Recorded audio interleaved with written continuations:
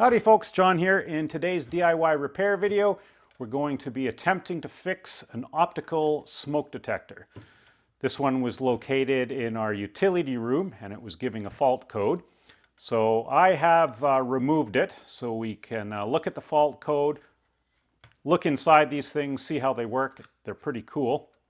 Try to get it fixed, and then at the end of the video we'll discuss should you even try to fix one of these things, and do they actually have a lifespan? This one is made by GE. It's a 429449 series. They've been discontinued. So if I have to replace this, it's hooked up to our central alarm system. It's a 4-wire, meaning it's getting two wires are for power and ground, and the other 2 wires, if the circuit closes, it trips the fire alarm. And we've got 5 of these things throughout our home. This is the first one that's crapped out, and it's about 18 years old. So if I have to replace it, probably looking at the Honeywell 4WT-B, that's the closest thing. Here in Canada, they're about 120 bucks. So yeah, if I could get this fixed, it'd be okay. Don't know if I should or not, but let's get started. So these optical smoke detectors are pretty cool. We'll look at how they actually work. This one is both a smoke detector and it's got a little temperature probe on it for a high heat detector as well. So if it gets over 135 Fahrenheit, 140 somewhere in there, it will trip an alarm, or of course if it detects smoke. Now in the instructions here, under maintenance, one of the things they say that happens is the optical chamber can get dust or cobwebs or bugs in it, and that can cause it to not work correctly. But I'm going to show you what the actual fault is on here. These things have a self-diagnostic to them, so the whole time they're powered up, they're running tests just to make sure they're operating within the optical parameters, whatever the algorithm is that they've set from the factory. So I'm just going to hook this up to 12 volts DC. There's actually a plug that plugs into this pin array back here. So we've got 2 positive pins, 2 negative pins for an in and an out, and then we've got a common and normally open, and that's our trigger pins that go back to the alarm panel. But the way these optical smoke detectors work, it'd be the same if it was a non-alarm panel, if it was just a standalone smoke detector. The basics are the same. So with it powered up here, hopefully that LED is showing up in the camera here. I don't know if it's focusing too well. But as you can see, it's flashing about once every second, meaning it's detected a fault. Normally it flashes about once every 10 seconds or so, meaning it's operating correctly. And on these ones, there's a test function. I don't know if you can see this, but there's a little magnetic switch here. Why is this not focusing? There we go.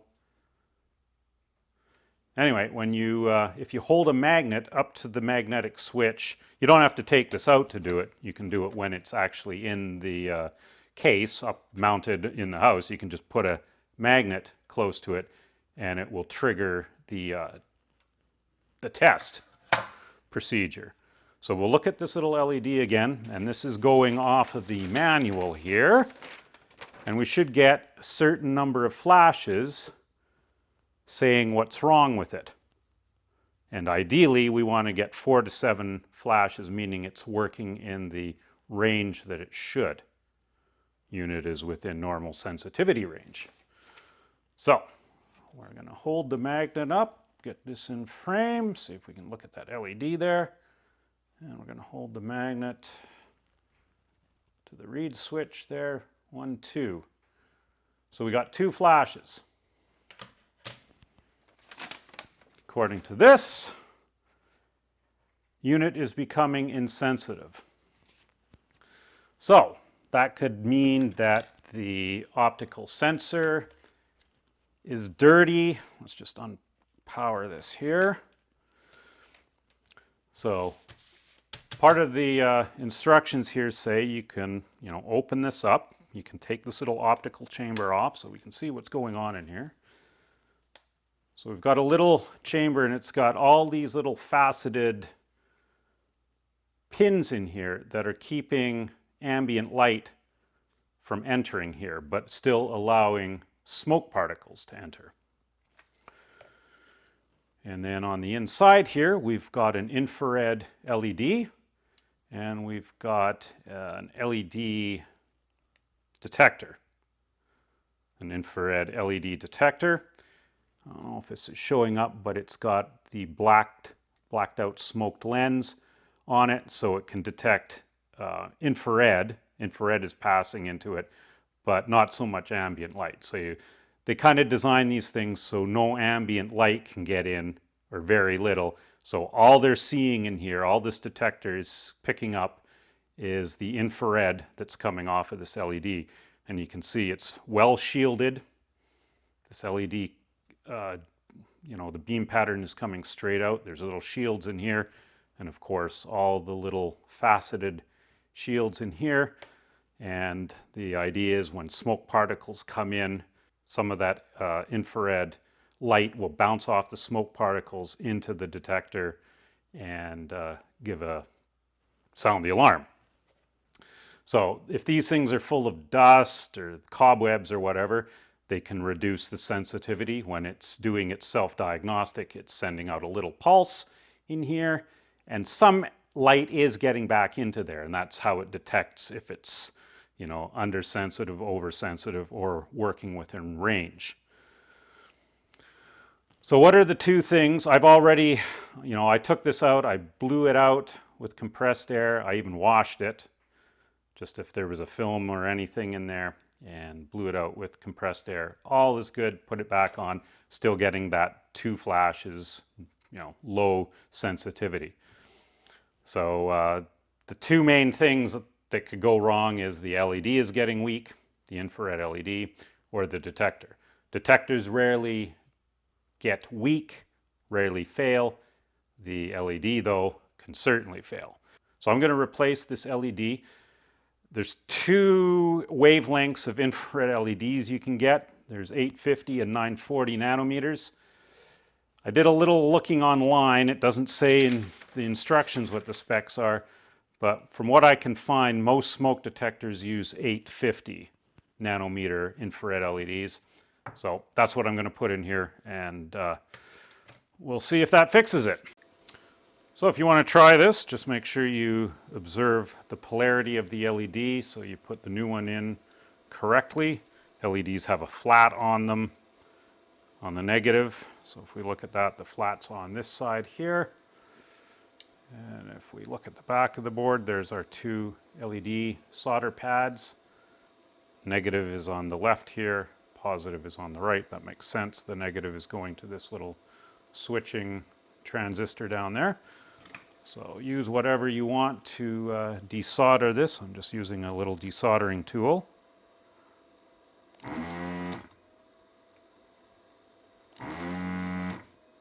Hopefully this will pull out.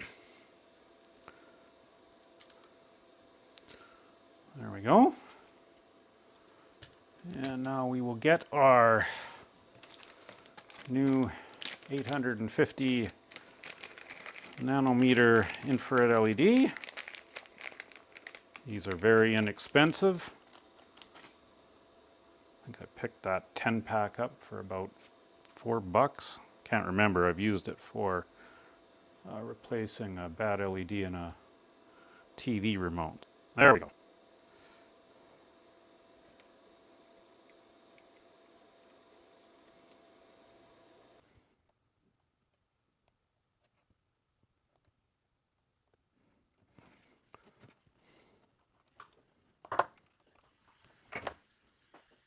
So let's put the cover back on, power it up, and see if it works.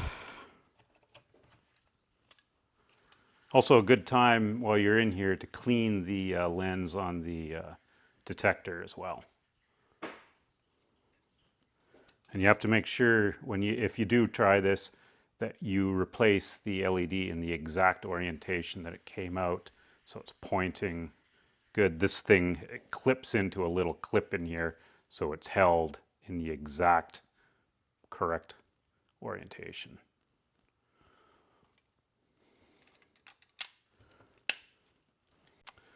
Okay, we'll power this thing back up. Positive to the positive pin, negative to the negative. Let's see if we're flashing every second or once every 10. Oop. Won't be flashing at all if we can't keep the power on.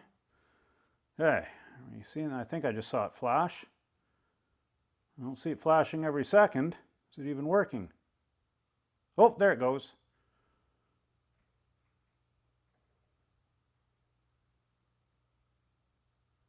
There it goes again. So it's flashing about once every 10 seconds. So it's passing its internal test. It's not seeing a fault. But we will check our magnet test here to check the sensitivity. And we can get that LED in frame again as I hold the magnet up to the little magnetic read switch here. 1, 2, 3, 4, 5, 6.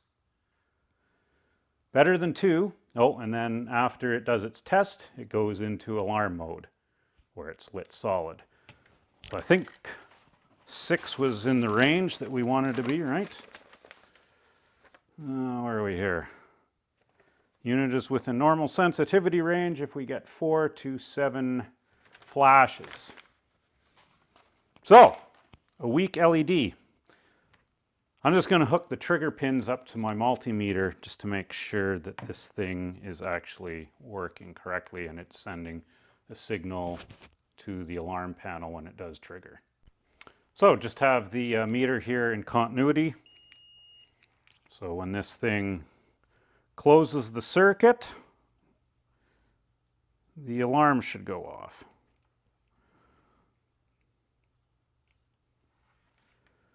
So we'll do the old testaroonie again here. It's powered up. We're still getting our 1 flash every 10 seconds or so on our status LED. Trigger it. 1, 2, 3, 4, 5, 6. There we go. I'm just going to test it with smoke as well.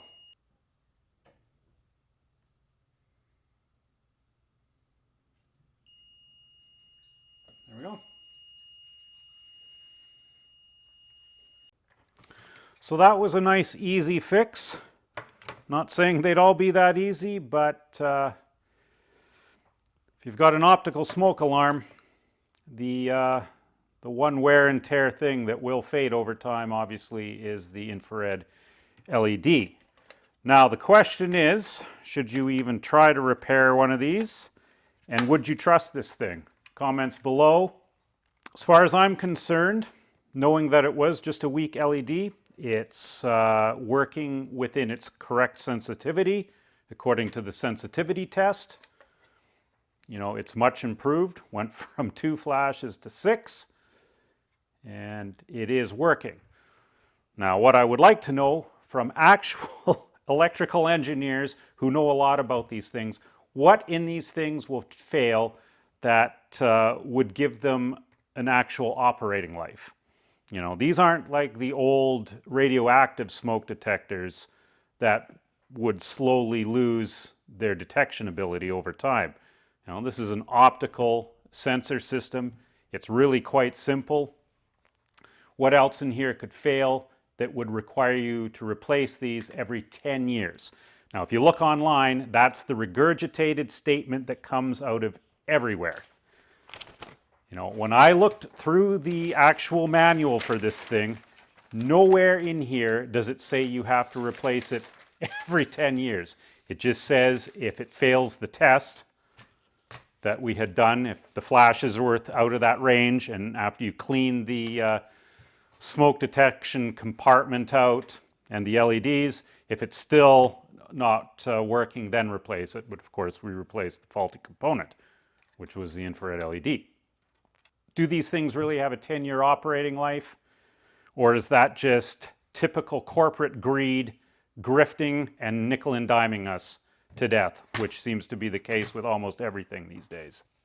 And if these things only do have a 10-year life, well, I've got 5 in the house at $120 a pop. That means I would have to spend $600 to replace them all. Or a $1 LED. I don't know. Do I trust it? Yes, I do. Would you? Comments below. Thanks for watching, folks. See you in the next one. Take care.